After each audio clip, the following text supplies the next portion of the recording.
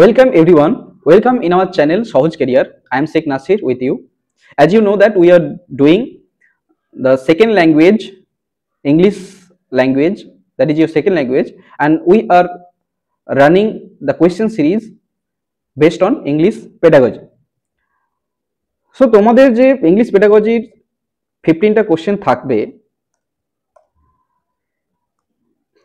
তোমাদের যে ইংলিশের যে 15 কোশ্চেন থাকবে সেই টপিকগুলো কিন্তু এখানে দেয়া রয়েছে। দেখতে পাচ্ছ এখানে এই পেডাগজির এই টপিকগুলোর উপর কিন্তু তোমাদের এই 15টা কোশ্চেন কিন্তু তৈরি হবে। তার মধ্যে প্রথম যে চ্যাপ্টার লার্নিং অ্যান্ড অ্যাকুইজিশন, এই চ্যাপ্টার থেকে আজকে আমরা এমসিকিউ প্র্যাকটিস করব এবং ডিটেইলসে আলোচনা করার চেষ্টা করব। তোমরা যদি ইম্পর্টেন্ট নোটিফিকেশন, ক্লাস নোটস, তোমাদের ডাউট ক্লিয়ার করতে এবং ইম্পর্টেন্ট পিআইকিউ, পোলস, কুইজ এগুলো পাওয়ার জন্য অবশ্যই আমাদের যে হোয়াটসঅ্যাপ গ্রুপ আছে সেই হোয়াটসঅ্যাপ গ্রুপে যুক্ত হতে তোমরা কিন্তু এই বারকোডটা স্ক্যানারটা স্ক্যান করে তোমরা কিন্তু যুক্ত হতে পারো। ঠিক আছে, চলো। Which of the following characteristic of language acquisition according to Stephen Krashen, এর মধ্যে কোনটি বৈশিষ্ট্য ভাষা আয়ত্ত করার স্টিফেন ক্যাশনের মতে? First option is it is a conscious effort involving grammar rules and drills. Option B, it is a subconscious and natural process of picking up a language through meaningful interaction. Option C, it is a formal process that primarily takes place in a classroom setting. And option D, it requires the learner to have a low affective filter to be successful. দেখো, এই প্রশ্নের উত্তর করার আগে তোমাদেরকে language acquisition নিয়ে Stephen ক্র্যাশনের theory আগে বুঝতে হবে। স্টিফেন ক্র্যাশন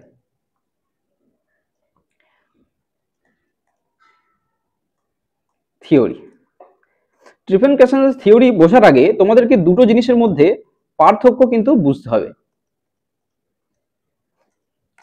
একটা হলো লার্নিং আর দ্বিতীয়টা কি? অ্যাকুইজিশন। এই লার্নিং আর অ্যাকুইজিশনের মধ্যে তফাৎ কি? দেখো, আমরা যখন কোনো গ্রামাটিক্যাল রুলস মেনটেন করে, মেমোরাইজিং করে,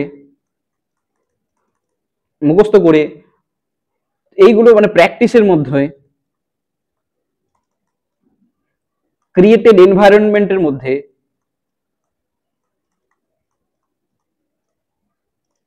ঠিক আছে, এগুলো ফলো করে যখন আমরা কোনো কিছু শিখি, মানে ভাষা শিখি, সেটাকে কিন্তু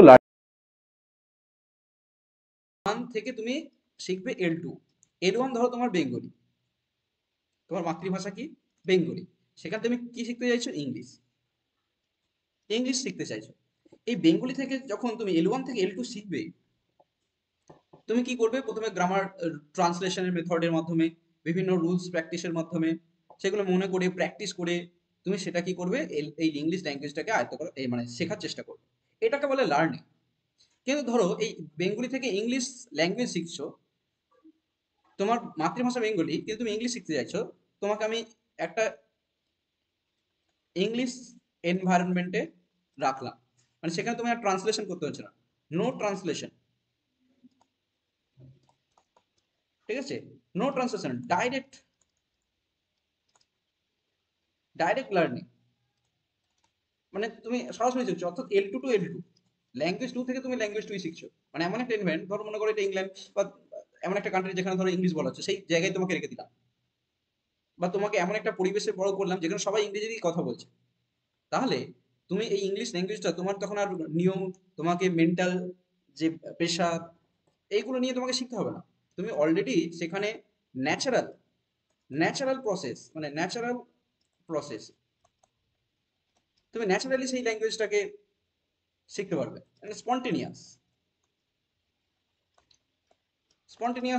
এটা তুমি শিখতে পারবে। এখানে তোমার কিন্তু কোনো রকম গ্রামার রুলসের প্রয়োজন হবে না, অর্থাৎ it's a natural process, no translation process is required to acquire any language. এটাকে আমরা বলি অর্জন, আর এটা হলো শেখা। বুঝতে গেল? তাহলে অর্জন করতে গেলে তোমাকে কোনো রকম ধরনের মেন্টাল প্রেশার নিয়ে কিন্তু শিখতে হবে। তো এই ছিল লার্নিং আর অ্যাকুইজিশনের মধ্যে পার্থক্য। ঠিক আছে, এবার যে স্টিফেন ক্র্যাশনের যে থিওরি আছে, সেই থিওরি কে মনে রাখতে গেলে এই ফার্স্ট লেটার গুলো একটু মনে রাখতে হবে, এই শর্ট ফর্মটা এম নিয়ে। তার যে হাইপোথিসিস আছে, তো 1 নম্বর হাইপোথিসিস যেটা আছে, the acquisition and learning hypothesis. Acquisition and learning hypothesis অর্থাৎ এখানে দুটোর মধ্যে তফাৎ বলে দিয়েছে। হাইপোথিসিস মানে কি? হাইপোথিসিস মানে যেটা অনুমান। So the probable device, the probable technique. দেখো, যখন তুমি লার্নিং করছো তাহলে তোমাকে কিছু মুখস্থ করতে হচ্ছে বা কিছু ট্রান্সলেশন মেথডের মধ্যে দিয়ে যেতে হচ্ছে, কিন্তু অ্যাকুইজিশন করার সময় তোমাকে সেটা করতে হচ্ছে না, এটা হচ্ছে ন্যাচারাল প্রসেস। ক্র্যাশন কি বলছে? ক্র্যাশন বলছে তুমি L2 অর্থাৎ ইংলিশ ল্যাঙ্গুয়েজ অর্থাৎ টার্গেট ল্যাঙ্গুয়েজ তোমাকে লার্ন করতে হবে না, তুমি কি করতে পারবে? Acquisition. So that's why it is called Stephen Krashen's theory of language acquisition, অর্থাৎ ভাষা অর্জন। ল্যাঙ্গুয়েজ লার্নিং বলছে না, অ্যাকুইজিশন বলছে, অর্থাৎ এখানে তুমি ন্যাচারালি শিখতে পারবে ভাষাকে। কিন্তু আমরা কি করি, বেঙ্গলি মিডিয়ামের স্টুডেন্টরা কি করি, আমরা লার্ন করি, আমরা গ্রামার রুলস এর মাধ্যমে বিভিন্ন ভাবে আমরা শেখার চেষ্টা করি।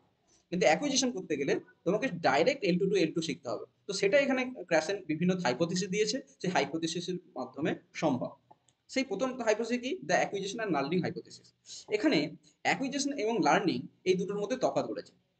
যেটা প্রথমেই বললাম, অ্যাকুইজিশন কি? যেখানে তুমি ন্যাচারালি শিখতে পারবে, যেখানে তোমাকে মুখস্থ করতে হবে না, ট্রান্সলেশন মেথডের প্রয়োজন নেই। কিন্তু লার্নিং এ তোমার ট্রান্সলেশন মেথড এই প্রয়োজন, এটাই তোমার বলছে। এটা হলো বেসিক ডিফারেন্স। ঠিক আছে। সেকেন্ড,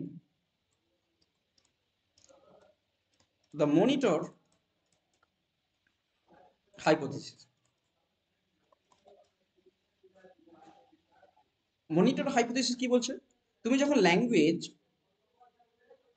অর্থাৎ L2 যখন শিখছো, ঠিক আছে, শিখছো বলতে তুমি অ্যাকোয়ার করছো, এমন একটা এনভায়রনমেন্টে তুমি অ্যাকোয়ার করছো। চমস্কি বলেছেন, কি বলেছেন, আমাদের মধ্যে ব্রেনের মধ্যে একটা ব্রেনের মধ্যে কি আছে,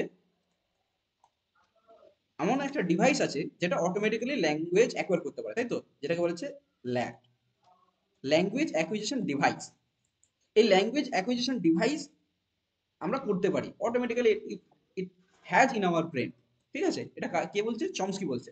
সো যখন তুমি ল্যাঙ্গুয়েজকে অ্যাকোয়ার করছো, অর্থাৎ ব্রেনে তুমি ঢোকাতে যাচ্ছ, তুমি একটা এনভায়রনমেন্টে আছো এবং সেখানে তুমি অটোমেটিক্যালি ডে বাই ডে তুমি যখন একটা ল্যাঙ্গুয়েজকে দিনের পর দিন শিখছো, ঠিক আছে, সেখানে তোমার মনিটর করতে হবে কিসের মাধ্যমে?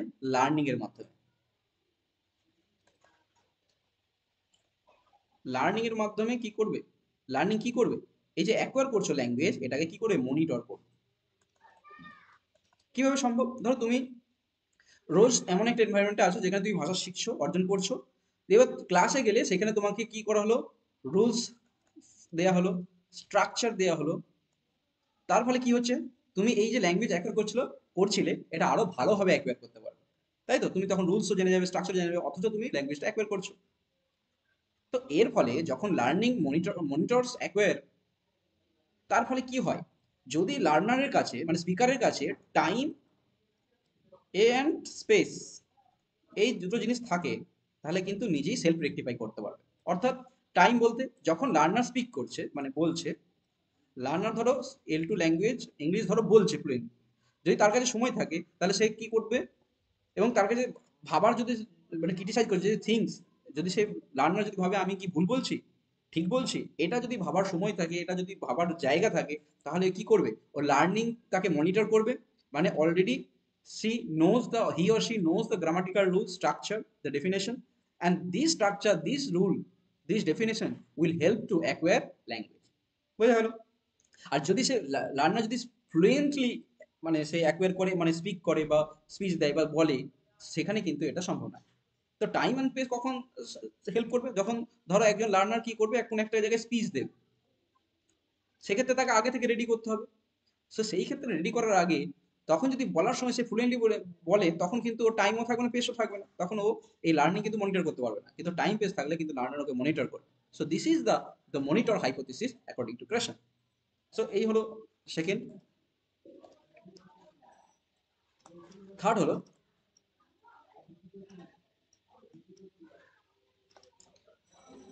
হলো কি the natural hypothesis. The natural hypothesis এটা কি বলছে এখানে, এই যে ল্যাঙ্গুয়েজ L2 অ্যাকোয়ার করছে ওর লার্নার L1 থেকে,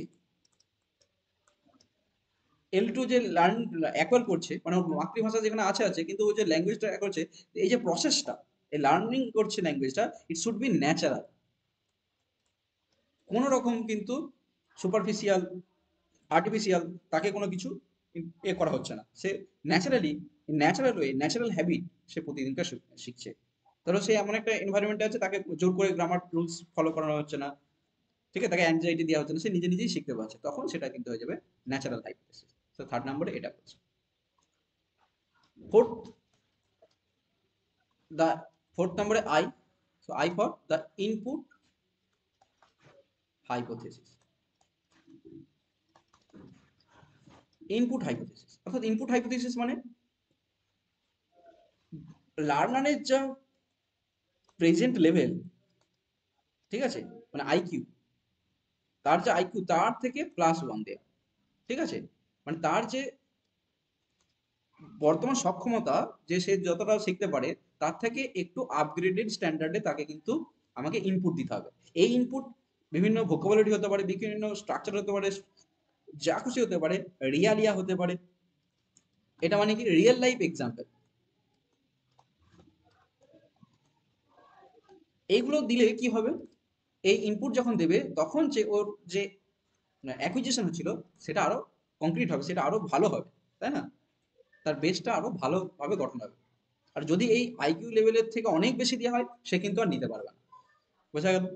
তাহলে ইনপুট হাইপোথিসিস সেটা কিন্তু মাথায় রাখতে হবে যে তার যে লেভেল তার থেকে এক লেভেল বেশি, কিন্তু বেশি বেশি দিলে হবে না। এটা হলো ফোর্থ। এবং ফিফথ,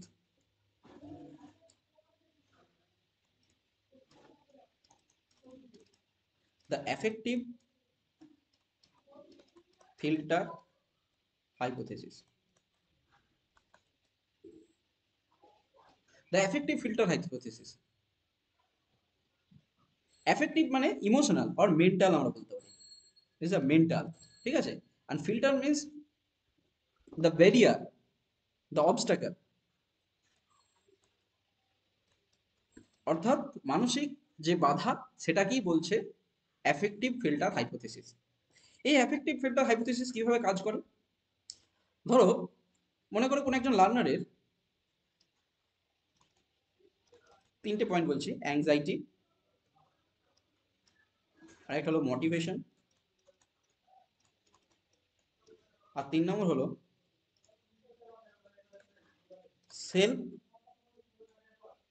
এস্টিম অথবা সেলফ কনফিডেন্স, ঠিক আছে, সেলফ কনফিডেন্স। এ ধর anxiety, motivation and self confidence. Anxiety মানে কি, অ্যাংজাইটি মানে তার দুশ্চিন্তা। ধরো তুমি কাউকে বলছো যে তোর দ্বারা হবে না, এর ফলে কি হবে, তার দুশ্চিন্তা বাড়বে।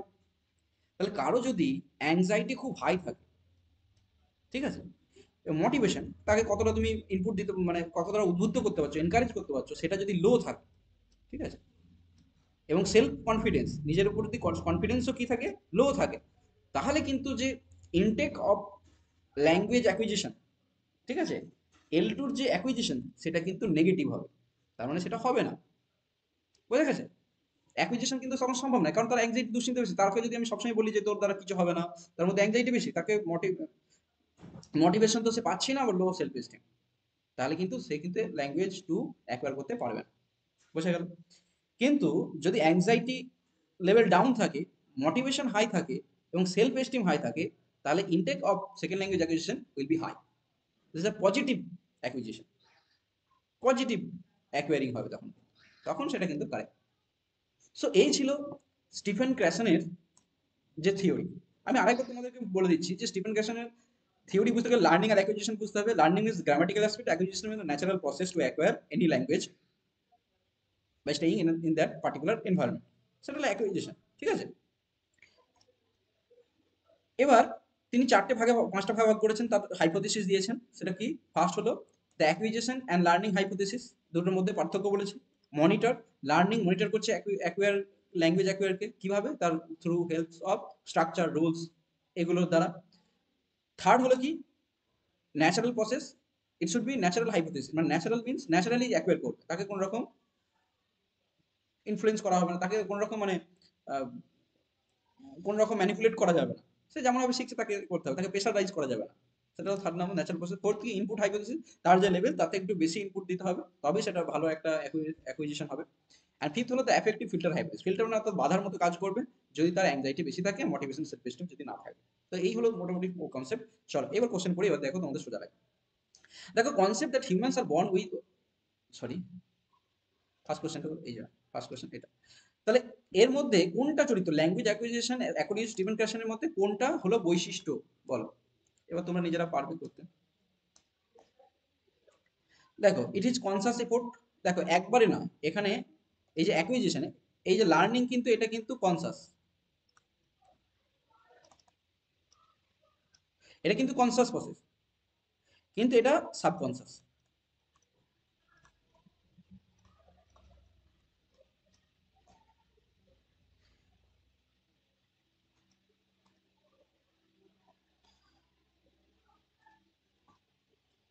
তাহলে মাথায় থাকবে এটা হলো কনসাস, এটা কিন্তু সাবকনসিয়াস। এটা সাবকনসিয়াস অর্থাৎ এটা মানে খুব অ্যাকুইজিশন করতে গেলে তোমার তো স্ট্রেস নিতে হচ্ছে না, তুমি ন্যাচারালি শিখতে পারছো। কিন্তু লার্নিং কিন্তু একটা কনসিয়াস প্রসেস, তোমাকে কিন্তু সচেতন হয়েই শিখতে হবে।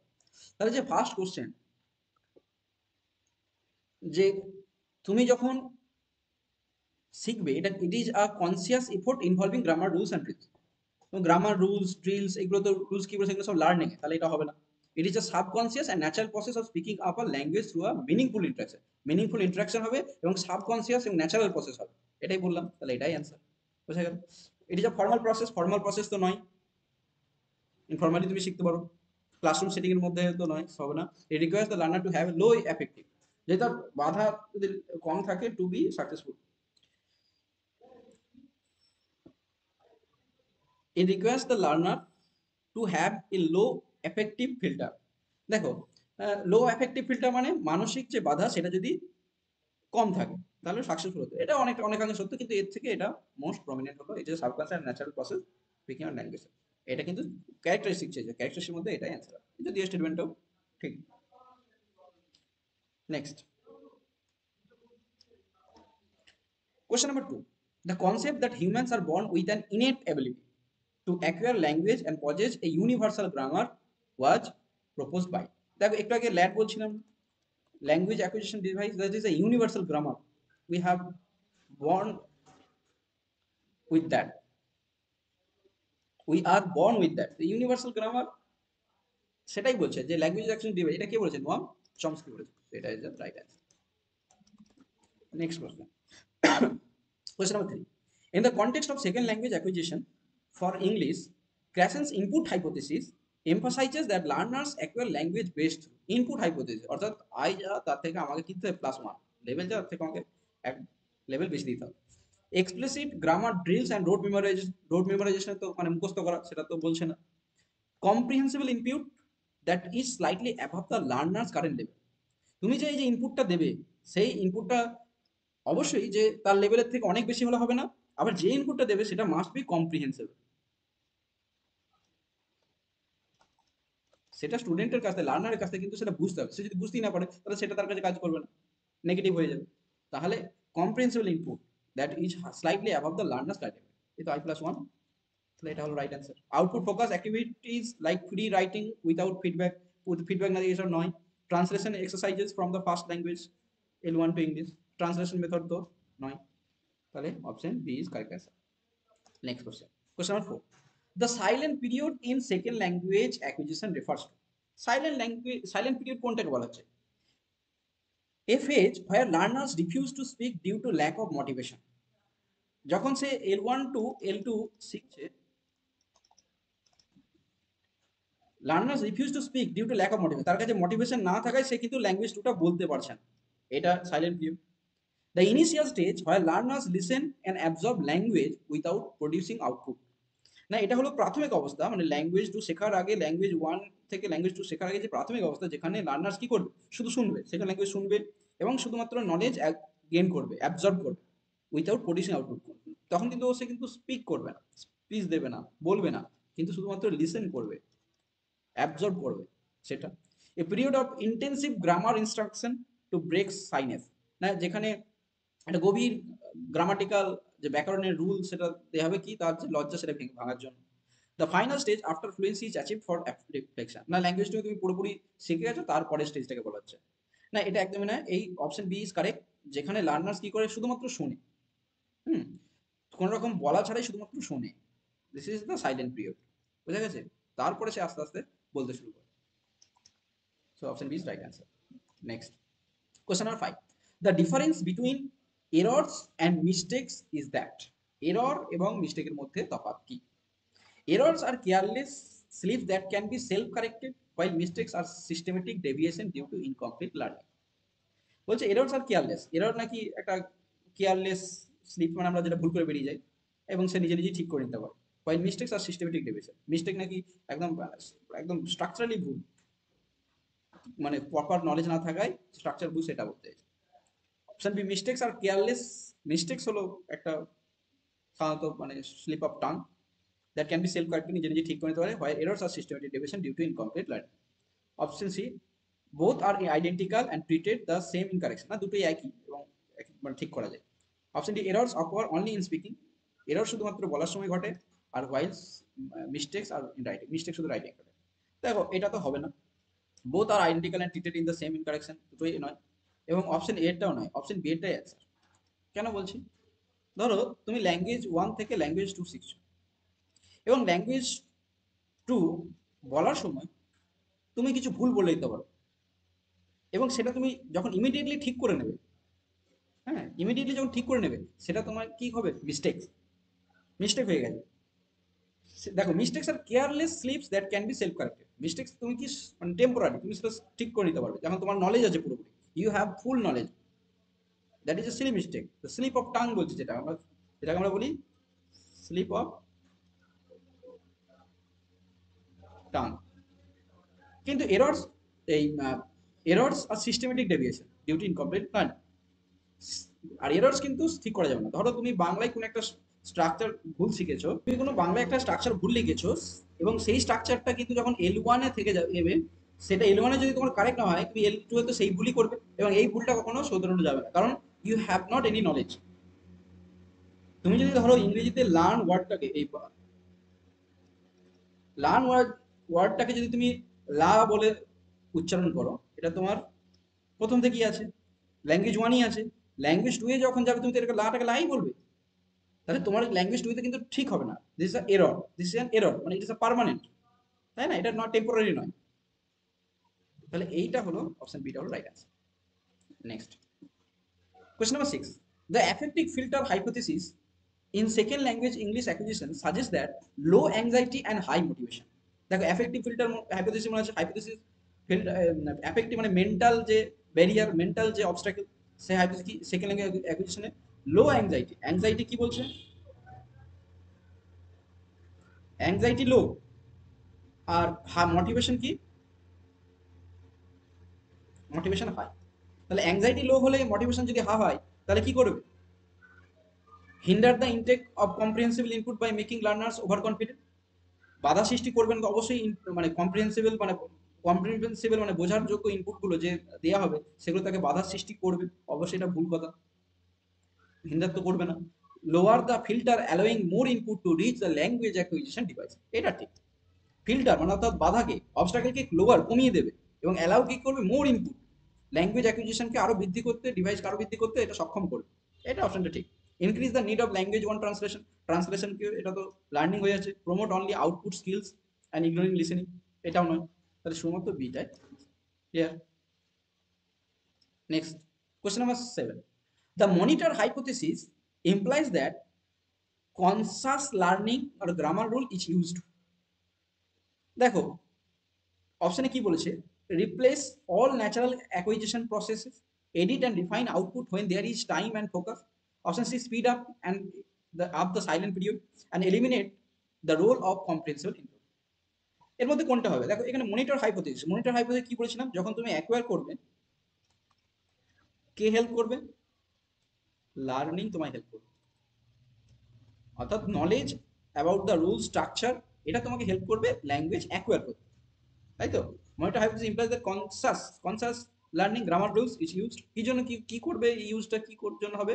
Replace all natural acquisition process, all natural মানে ন্যাচারাল যে অ্যাকুইজিশন সেটাকে পুরো পাল্টে দেবে, একদম ভুল কথা, সেটা তো করবে না। Edit and define output when there is time and focus, যদি সেখানে সময় থাকে এবং যদি লার্নার বলার সময় যদি মনোযোগ দেয় যে আমি ঠিক বলছি কিনা, এবং তার যদি প্রপার নলেজ থাকে অ্যাবাউট লার্নিং, তখন কি করবে? লার্নিং একবারকে হেল্প করবে, তখন এডিট করতে সাহায্য করে, রিফাইন করবে আউটপুটকে, আউটপুট মানে বলাকে, তখন এটা হলো কারেক্ট। বুঝা গেল?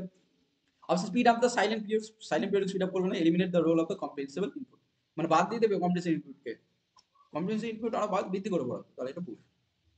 So question B is right answer. Next, question number 8. In second language acquisition for English as a second language, the natural order hypothesis states that grammatical structures are acquired in A. দেখো natural order, তার মানে সেখানে কোনো রকম কোনো anxiety কোনো রকম এ প্রভাব ফেলবে না, ন্যাচারালি যেমন ভাবে শিখছো সে তেমন ভাবে শিখবে। সেখানে কি হচ্ছে, teacher determine sequence based on curriculum, না টিচার ঠিক করে দেবে কারিকুলামের ভিত্তিতে কিভাবে সে শিখবে। B, predictable order regardless of explicit teaching order, না প্রেডিক্ট করতে পারবে কিসের কি ছাড়াই, টিচারের কোনো ইনস্ট্রাকশন, টিচিং প্রসেসের কোনো ইনস্ট্রাকশন ছাড়াই সে প্রেডিক্ট করতে পারবে, এটা ঠিক। Random and depending on learner's age, লার্নারের এজের উপর নির্ভর করবে, এটা একদম নয়। Language one influenced order that varies by region, এটাও না। দেখো ন্যাচারাল অর্ডার হাইপোথিসিস, দেখো যখন তুমি একটা ল্যাঙ্গুয়েজ ওয়ান থেকে ল্যাঙ্গুয়েজ টু শিখছো, এটা যদি ন্যাচারাল প্রসেস হয় তখন কি হবে?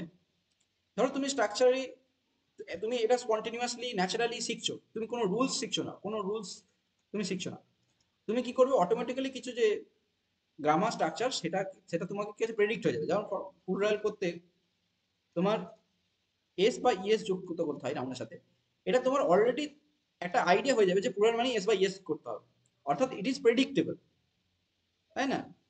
তো এই যে স্ট্রাকচার, এই যে তোমার ন্যাচারাল ইনটেক, তুমি কোনো নিয়ম ফলো করছো না, শুধুমাত্র কিছু কনসেপ্টের ভিত্তিতে তুমি প্রেডিক্ট করতে পারছো, কোনো রকম টিচার ইনস্ট্রাকশন করছে না, কোনো রকম টিচিং প্রসেস তোমাকে ইনফ্লুয়েন্স করছে না, সেটাই হলো predictable order regardless of explicit teaching order.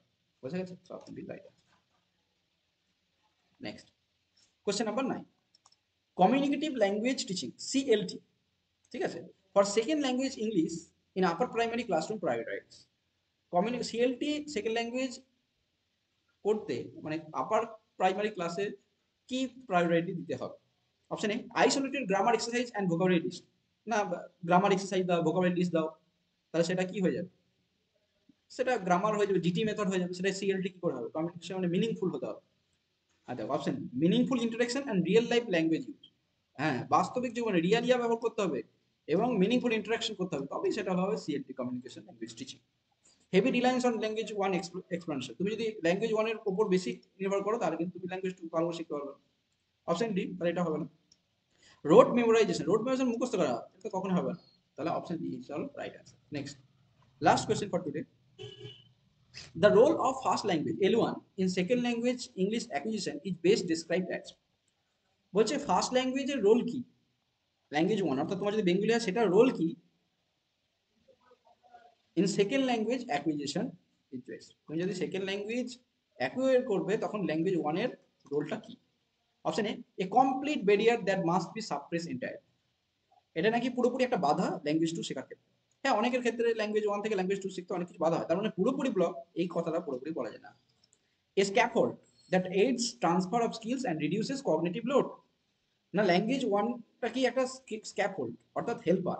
ধরো তুমি স্ক্যাফোল্ড জিনিসটা বোঝানোর জন্য বলছি, ধরো তুমি ছোটবেলায় সাইকেল চালাতে শিখছো, ঠিক আছে, তুমি ছোটবেলায় সাইকেল চালাতে শিখছো, তো তোমাকে কেউ একজন হেল্প করছে শেখানোর জন্য, তো সেটা চাকা হতে পারে, বিভিন্ন সাইডের দুটো চাকা হতে পারে, এটা হতে পারে। তারপর তুমি আস্তে আস্তে যখন শিখবে এইটা সরিয়ে নেওয়া হবে, বা তোমাকে যে ধরে ধরে শেখাচ্ছিল সে সরে যাবে। তাহলে এই যে এই দুটো, এটা হলো স্ক্যাফোল্ড, অর্থাৎ হেল্প, এড করছে, তোমাকে সাহায্য করছে। তাহলে a scaffold that aids transfer of skill. না ল্যাঙ্গুয়েজ ওয়ান একটা স্ক্যাফোল্ড যেটা নাকি হেল্প করে কি করতে, যে স্কিলগুলোকে, স্কিলগুলো যেটা ল্যাঙ্গুয়েজ ওয়ানে সেটা ল্যাঙ্গুয়েজ টু হেল্প করে শিখতে। আর রিডিউসেস কগনিটিভ লোড, যে মেন্টাল প্রেশার সেটাকে কমিয়ে দেয়। অবশ্যই যদি তোমার ল্যাঙ্গুয়েজ ওয়ান সম্বন্ধে যদি স্ট্রাকচার যদি ভালো করে জানা থাকে, তাহলে তুমি ল্যাঙ্গুয়েজ টু শিখতে পারবে। ধরো বাংলায় যদি সেন্টেন্স স্ট্রাকচার দেখি সাবজেক্ট অবজেক্ট ভার্ব, তাহলে তোমার যদি এই স্ট্রাকচার জানা থাকে, স্ট্রাকচার সম্বন্ধে আইডিয়া থাকে, তাহলে ল্যাঙ্গুয়েজ টু ইংলিশ এর স্ট্রাকচার যে সাবজেক্ট ভার্ব আর অবজেক্ট, এই স্ট্রাকচারটা বোঝাতে তোমাকে বেশি সময় লাগবে না। অর্থাৎ এটা language one use as a scaffold to transfer the skill and reduce cognitive load. তাহলে option B is right. Irrelevant once English instruction begins, English instruction শুরু হলে নাকি এটা ইররিলেভেন্ট হয়ে যায় ল্যাঙ্গুয়েজ ওয়ান। এটা কখনোই না, ল্যাঙ্গুয়েজ ওয়ানের রেফারেন্স বারবার নিতে হয়। Option D, a source of interference leading only to fossilization. না এটা একটা বাধার একটা উৎস, যেটা কিনা ফসিলাইজেশন করতে শুরু করে। ফসিলাইজেশন মিনস পার্মানেন্ট এরর।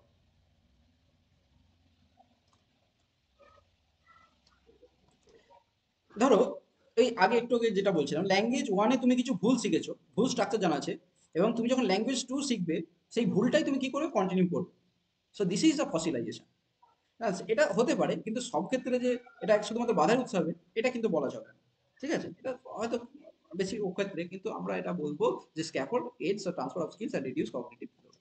এটা তো সবার ক্ষেত্রে নাও থাকতে পারে, কেউ যদি ভালো করে শেখে। তো option B is right answer. তো এই ছিল আজকের 10টা এমসিকিউ, হ্যাঁ, ল্যাঙ্গুয়েজ অ্যাকুইজিশনের উপরে।